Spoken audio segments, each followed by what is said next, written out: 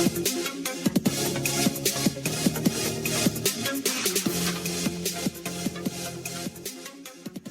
everyone, and welcome back to another F1 2020 My Team Career Mode episode. Today we're at part number 10 of Season 1 still, of course. But before we head into this Grand Prix, which is going to be at France, Paul Ricard, we're going to do the usual housekeeping stuff, assign the activities, and now doing some R&D as well. We've got enough resource points for a major chassis or aero upgrade. I couldn't really decide between aero or chassis. I was thinking about the drag upgrade, but let's hear what Carl says and confirm it. If it were me, this is probably what I'd invest in. Yeah, that, like I said, I couldn't really decide between redistribution and drag because they're both a relative weakness on this car. They both could do with some improving. So I decided to go with the drag reduction in the end, with 1,200 resource points spent. Sorry, just under that, I think. But anyway, as well as that, we're going to do build time upgrade, I think that was, for the aero. Going to be pretty important as well. But anyway, as you can see, we're on acclaim level 9, so we are just needing one more level up to be able to sign another secondary sponsor. So for now we're going to run through without issue. They'll be on the car ready for the next race weekend. Running through the timeline, and we did get an upgrade complete. I can't remember which one it was. I think it was engine power or fuel consumption, something like that. But auto durability is coming in to this Grand Prix as well, so could be helpful for the rest of the season. But anyway, heading into the weekend, as you can see, there is no signs of rain for qualifying or the race, so nothing to interfere with the conditions right there, because it would have been nice to have that, because we're pretty strong in the rain. So it bunches up the field as well sometimes. So anyway, as you can see, we're still the third worst car, but we have made some gains on Alfa Romeo. Haas have made some pretty big upgrades and are now closing up to Renault somehow. But anyway, still ahead of AlphaTauri and Williams, who are, well, they've made a small upgrade going into France, but still not really able to catch up to the rest of the field, unfortunately for them. Anyway, for practice, of course, as usual, we're going to be running the older components, because that's less important and we need to save the fresher ones for the race. Confirmed, we'll receive you at the end of this lap. As you can see, part of practice, something that happened, I was actually trying to test out how the tyres would cope over a long distance. As you can see, all 4 tyres in the puncture region, which is above 75% basically in this game. Yeah, easily one of them could have got a puncture at that point, but thankfully for us, didn't happen. And you can see the graining on the tyre as we get pushed in. As you can see, actually, the game suggested that we had 0 laps of lifespan left in this compound, so that's called testing to the limit. But anyway, after this session, of course, resource points coming in, we narrowly miss leveling up to acclaim level 8 on the driver, and level 10 on the team acclaim. So that's unfortunate, but it will go up eventually, as we head through the weekend. And as you can see, so far we were looking pretty good through the season. We're 4th in the drivers and the constructors, so we're looking very, very strong. But I think I said in the previous episode that could come crashing down to earth in this episode, where it's a normal track. But we'll see if I'm correct or not. Now I'm just checking through the calendar, because we're a bit close on energy stores. We've only got 3 of them. We was originally supposed to have 2, because of our grid penalty. We got an extra one. In the end, we decided to go for the fresh one because this is going to be a power circuit, of course, where ERS could be important in this whole weekend. So let's head into qualifying for the French Grand Prix. I've got the AI on 109 now. I decided to level it up. So let's see how we can cope against them. Otherwise, all other settings are exactly the same as before. So let's head into it.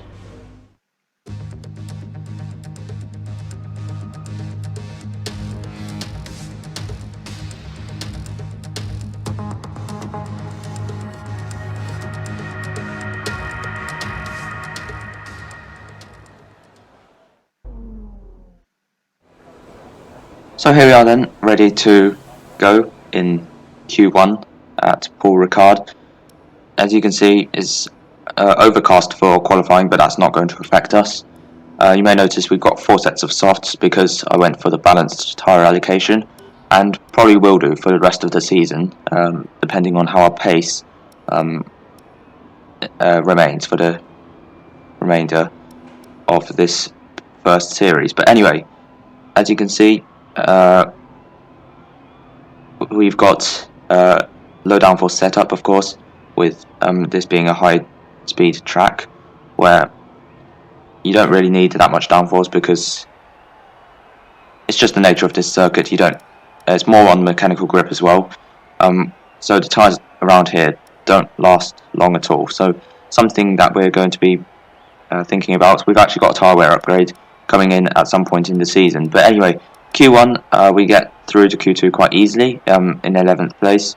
Unfortunately, our teammate is out in 18th place, so that's unfortunate for him.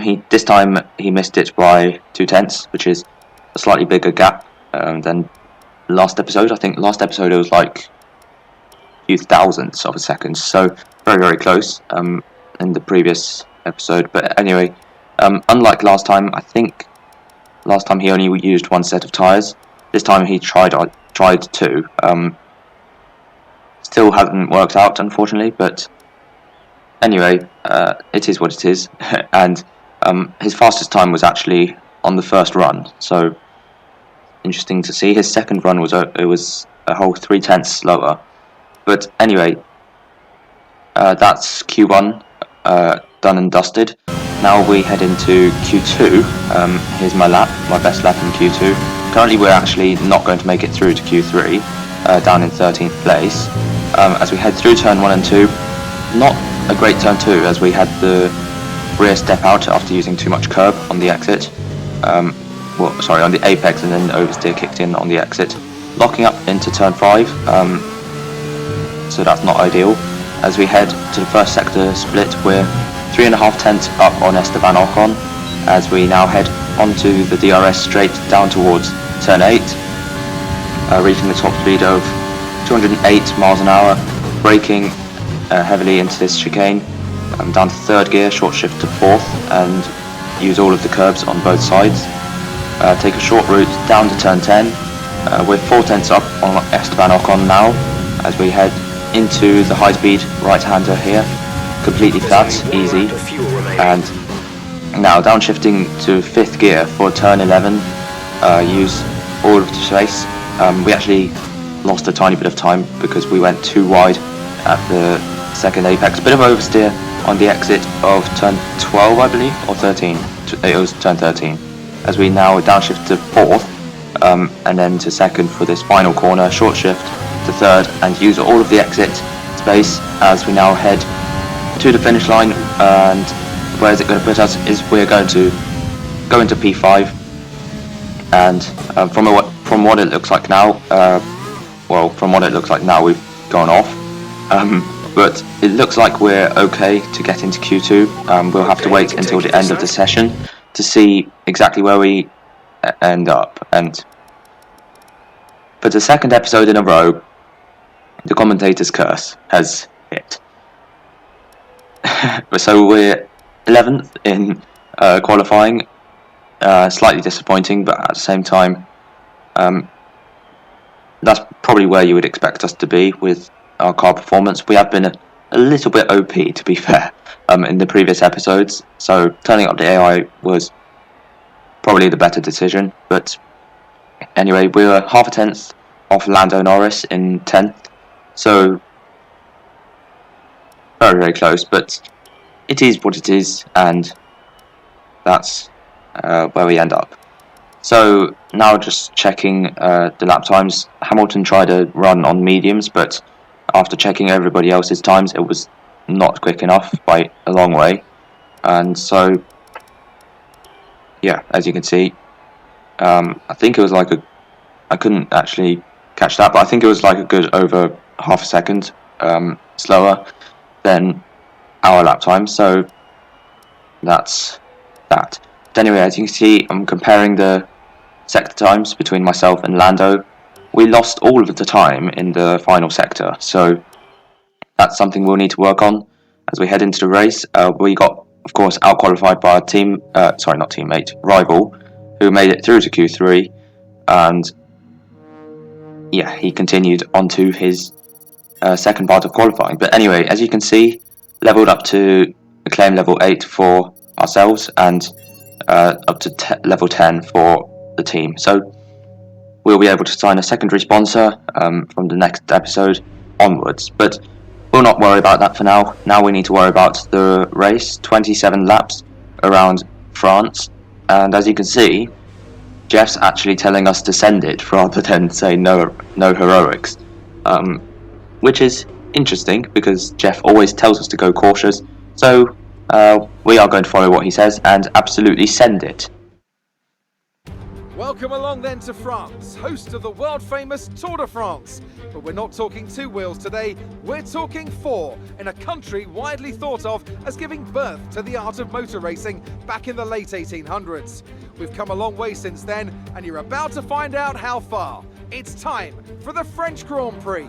6 lefts and 9 rights give us a total of 15 corners here at the Circuit Paul Ricard, and a lap covers an overall distance of 3.6 miles.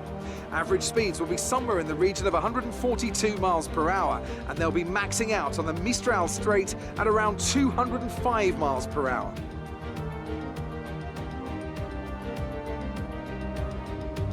Anthony Davidson is alongside me as usual for the race today. Why don't we discuss Red Bull? What do you make of their performance so far this season? Well, the atmosphere within that team seems very positive at the moment. Everyone seems like they're in great spirits and having a lot of fun doing what they do, and that's definitely contributed to the performances we've seen.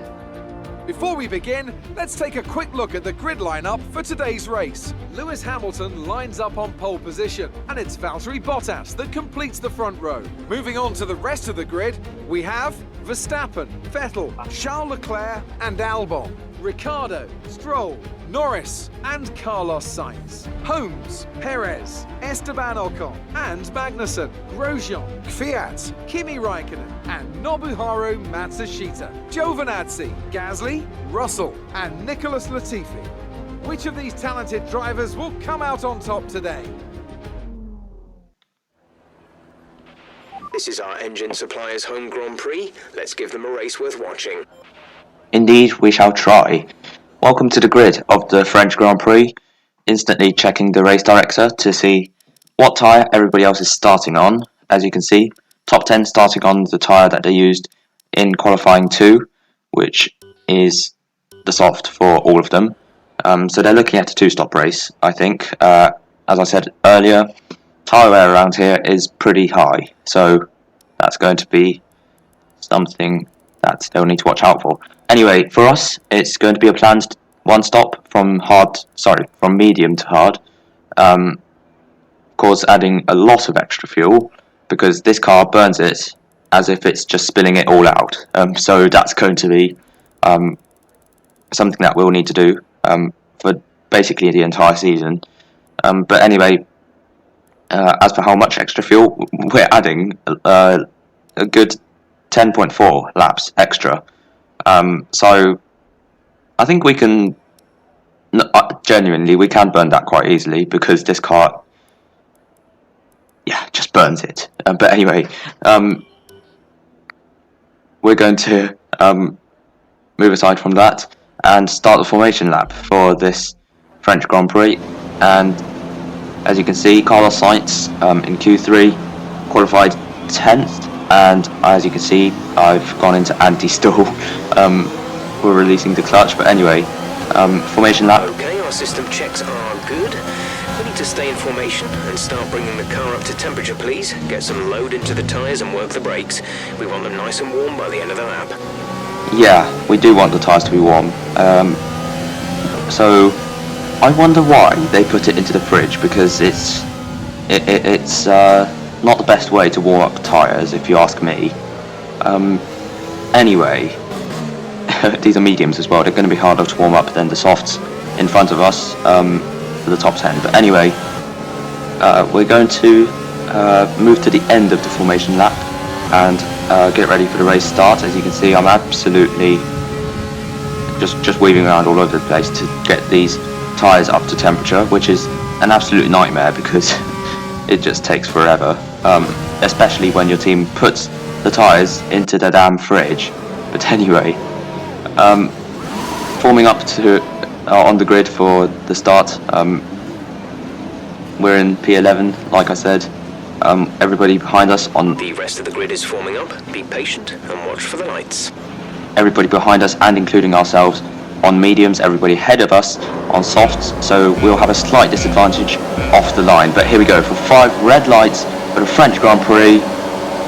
It's lights out and away we go. A pretty decent getaway for us. A pole one for Carlos Sainz as we instantly jump him into turn 1 off the start. Esteban Ocon making a good start as well. As we absolutely send it, Ocon tries to do the same thing, and we end up sort of making contact with him, as you can see, and as a result we move up into P8, and here comes Lance Stroll now down the inside of us at turn 3. We managed to keep the position. Anyway, behind us now is a soft runner, so we are still the lead medium runner, as it was off the start as well. But Stroll is going to be massively quicker on those softs, and of course a faster car as well. However, we've seemed to have the straight line speed to keep him behind. Into turn 8. Is it turn 8? It is turn 8, my bad. Anyway, we're past that now, and ahead of us Charles Leclerc, as we skip to the end of lap 2 in fact. We're still ahead of Stroll, already out of DRS from Leclerc, and that could be crucial, because we won't have that same advantage that the cars behind us have. So we're gaining time again, so we hopefully will get DRS, because that could help us defend massively on Stroll. Anyway, heading through the first sector, and we're now skipping to lap 4, and here goes Lance Stroll round our outside at turn 1.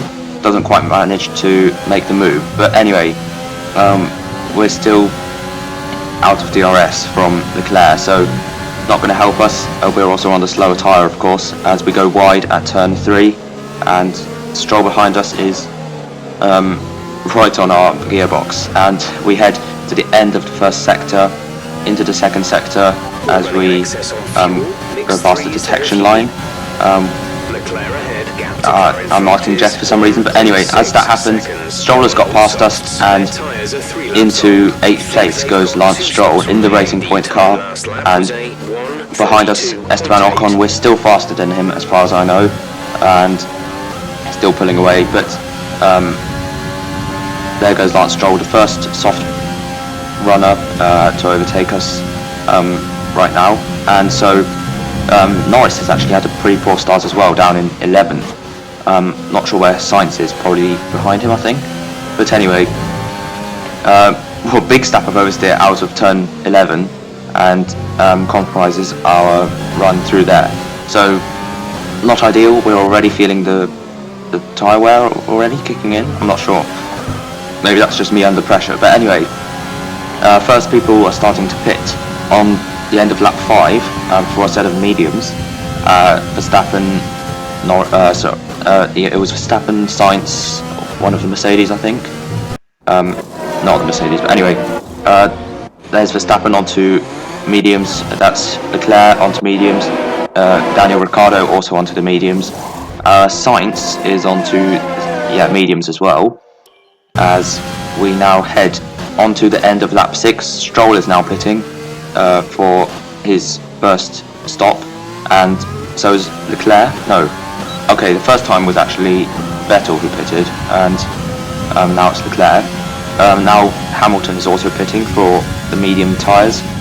Bottas stays out, and as you can see here, Alex Albon also onto mediums, and looking at other people who have stopped. Come on, trying to find them. That's Hamilton, Leclerc on mediums, Albon on mediums, Stroll actually going on to another set of softs, so that's interesting. They're definitely doing a committed 2-stop, maybe 3-stop if their tyres don't last long enough, but anyway, that's how it runs currently as we head to the end of lap 7. Okay, the time last lap was a 1:33.5. Checking on my previous best lap, I think I was comparing it to somebody else, but anyway, Bottas now pits and onto another set of softs, I think it is. So once again, he's committed to a 2-stop or possibly even 3-stop if the tyres don't last long enough, and there's confirmation he's on the softs, and we're just going to ask Jeff Okay, for... I'll have the pit team send you out with aero setting +1. We'll move aero to +1. VSC deployed. Asking Jeff for more front wing, but as that happens, there's a virtual safety car because Nicholas Latifi is out of the race, and so is Alex Albon as well. So what could have happened? Maybe they were involved in an incident together. We shall see. But whatever it happened, it brought out the virtual safety car. So here we go, riding on board Alex Albon. He's going to try and get past Latifi. Latifi's actually got DRS from the Ferrari, and Latifi loses it and goes straight into Alex Albon and into the barrier, taking him with Latifi as well. But anyway, behind the Ferrari, he's just going to swerve right and just loses it with the DRS open. AI mistake there, and I think this is something new on this year's game, and also F1 2021. I'm getting confused. But anyway, interesting to see the AI make a mistake like that. Here's an exterior shot of the crash. Yeah, it just takes out the Red Bull with him, and out of the race, those two drivers. But anyway, as a result, the virtual safety cars come out, a bit like in Azerbaijan. I felt like this should have been a full safety car because the crash was quite serious. But anyway, safety cars ending now, virtual safety car that is. We're in the lead of this race because everybody else is already pitted, the soft runners, and we are the lead of the medium runners as we nearly lose it out of the second last corner, as now we are ready for green flag running as we cross the line, 2.3 seconds ahead of Sergio Perez. We've definitely lost time because of that oversteer moment, and as you can see, we're losing time still as he's now right on the back of us, but we're going to come into the pits together, and it's a slower pit limiter at this track, for some reason 37 miles an hour. I guess it's because of this pit lane chicane. But anyway, Perez comes in with us, Ocon comes in with us, Raikkonen also too, and this is going to be a test with our pit crew. Hopefully we can get a good stop from our crew. 2.8 seconds, not the best stop, but it's enough to keep us ahead of Perez, and as we can now come out of the pit lane, we're going to be in 14th place, behind our rival Carlos Sainz and the other McLaren of Lando Norris. And out of the pits, we're now over a second, around a second ahead of Sergio Perez. So the gap has definitely grown in the pit stops, hoping to extend it, so we're going to try and do that, but at the same time these tyres are going to the end of the race. Hopefully we won't have any problems trying to do that, but Perez is quick, he's right on our tail. With DRS we're weaving around to break the toe, and Perez has not managed to get past us. Bottas pits for the second time onto mediums, and now onto lap 15, no, that was the same lap, jeez. Anyway, we're now into 8th place, and Bottas onto mediums. They're going to the end of the race on those tyres. He's got the fastest lap as well, so he's one quick driver. But anyway, here comes Sergio Perez for a move down the inside at the penultimate corner. Nope, doesn't make it stick. Lando Norris is now pitting for his second time, I think, onto mediums, and so is Sebastian Vettel onto hards for some reason. But anyway, into turn 1, here we go. Perez tries a move down the inside at turn 1, doesn't quite pay off. Anyway, behind us, Valtteri Bottas, he's gaining quick. As Perez tries a surprise move, that caught me out definitely. But we do manage to keep the position, and in P5 that is now, as a result of people pitting. And yeah, we managed to keep that with Sainz up ahead. Norris has pitted, I can't remember where he is now. But anyway, now heading towards the end of lap 16. Perez still on our tail, and now Carlos Sainz and Charles Leclerc are both pitting for their final time in this race onto mediums, and as a result we are now in P2 in this race, and this is for position. We are not making another stop like in Azerbaijan, but unlike in Azerbaijan, we don't have any advantage over the rest of the field, so we're definitely having to push hard to keep that position if we want to stay here, but this is going to be very difficult with the Mercedes behind us, well, the pink Mercedes behind us, and a proper Mercedes behind Perez, and Verstappen behind Bottas too. But anyway, as we head now into turn 8, Perez tries round the outside with the DRS, and he seems to make the move stick. We're going to try and set up the switch back, but doesn't seem to be as advantageous as we were hoping for it to be. As we now head into turn 10, high speed in the slipstream, heading into Le Bose. Are we going to go for a move round the outside? We're going to just run out of grip and lose that position, and down into P3 we are then, taking a wide line and losing the back end as we go wide at turn 12, and down into 3rd place we are. We're not even going to get DRS from Perez, as now Hamilton pits for his final stop, and as a result that means Perez inherits the lead of this Grand Prix, and Hamilton is going to have to chase everyone down if he still wants to win this race. He's going to be coming out in 5th place ahead of his teammate Valtteri Bottas, who's chasing up. No, Bottas is in 3rd. Bloody hell. Who's chasing us down, and Verstappen too is ahead of Hamilton.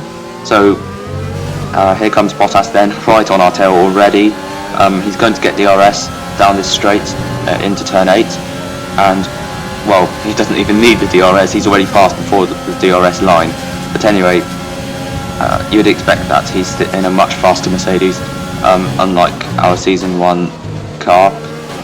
But anyway, Hamilton and Verstappen fighting behind us. Didn't manage to get a replay camera view of that, but anyway, we're heading towards the end of lap 18. As you can see, Bottas now trying to chase down Sergio Perez on the hards.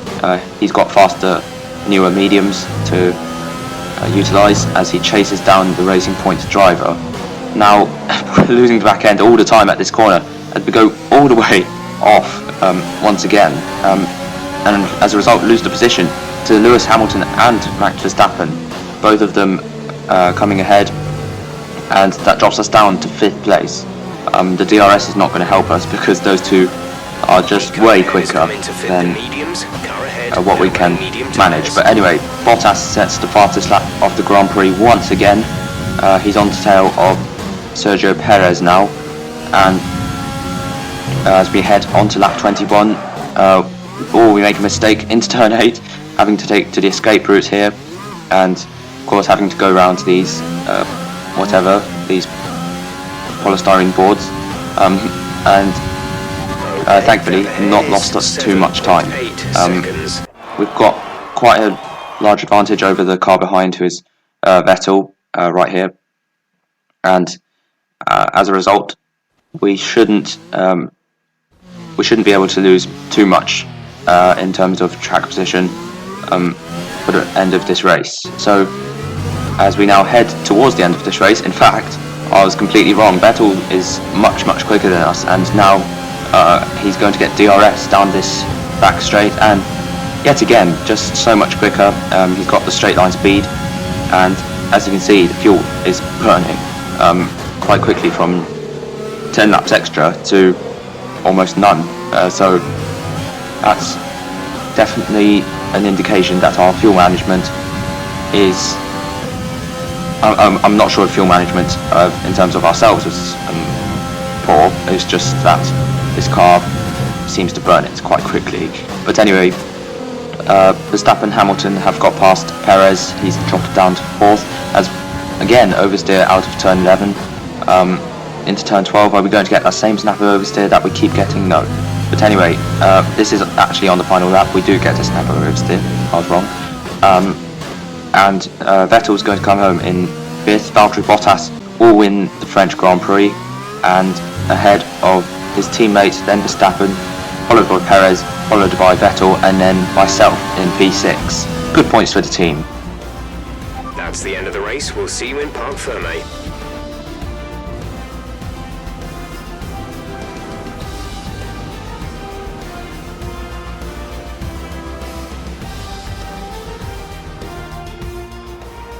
Another superb French Grand Prix comes to an end, and it's a thoroughly deserved victory. Talk to me, Ants. What was it that set them apart from the competition today? Well, tyre management probably played quite a large role in the outcome of this one. As ever, it's not just about speed, it's all about maintaining that speed consistently over a stint, over a race distance. So being able to keep up the lap times while still being smooth on the controls and gentle on the tyres, that's really where the race was won today. After an excellent performance at the Grand Prix, I'm sure there'll be plenty of celebrations tonight amongst the Mercedes team, and they certainly deserve it. So there you go then, Valtteri Bottas wins the French Grand Prix. Hamilton comes home in 2nd to make it a Mercedes 1-2.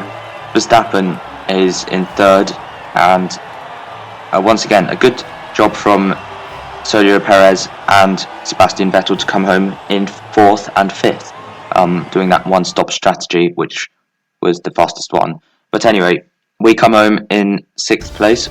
Good job from 11th on the grid. We were the lead driver on the mediums, in fact. So, well, I mean, 6th is still good. We've got 8 points to our name, and Kimi Räikkönen, also very good job from him, 17th to 7th, not far behind me. Well, I say not far behind, from where he started, not far behind, but anyway, yeah, comparing where he started to where he finished, and relative to us as well, he's, yeah, finishing quite high up. But my teammates also gaining a few positions, not enough to get into points, but to be fair, it was a close one, because from 7th place to like 18th roughly, it was only separated by 3.5 seconds, which by racing standards is very close. By qualifying, of course, it's a big gap, but this is a race, so 3.5 seconds separating them, almost nothing. In fact, Lando Norris was right there in the fight as well.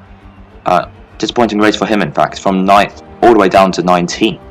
So seems to have a bit of a nightmare there. Same with Sainz, who finished behind my teammate, which is rather shocking. But that's something that McLaren boys will need to think about for the next race in British Grand Prix, I believe it is. So home race for McLaren. Anyway, in terms of the drivers, we maintain our 4th place in this championship. So very good showing for us. Still ahead of the 2 Ferraris in terms of the driver standings.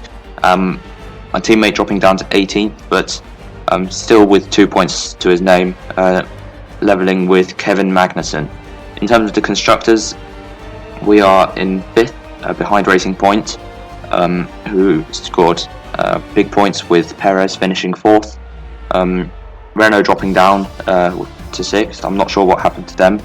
And Alfa Romeo getting good points with Raikkonen finishing 7th.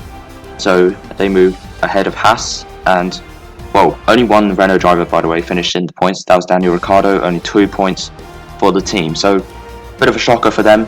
I think they did a 2-stop, so that dropped them quite far down. They used the hards for the third stint, which is rather confusing. Some people did that, like Norris and also Vettel. Not sure exactly what that was all about, but anyway, the 1-stop was definitely quicker. We took advantage of that, finished 6th from 11th. So, I mean, it's not the biggest recovery drive like what Kimi Raikkonen did, for example, but it's a good result nonetheless, and we should be pretty happy about that. But anyway, hope you guys enjoyed this video. If you did, please make sure to give it a like and subscribe to the channel to see more content like this. If you're not interested in my team, please let me know in the comments to tell me any suggestions that you'd want to see in the future, and I'll read those and have a look at what I can do.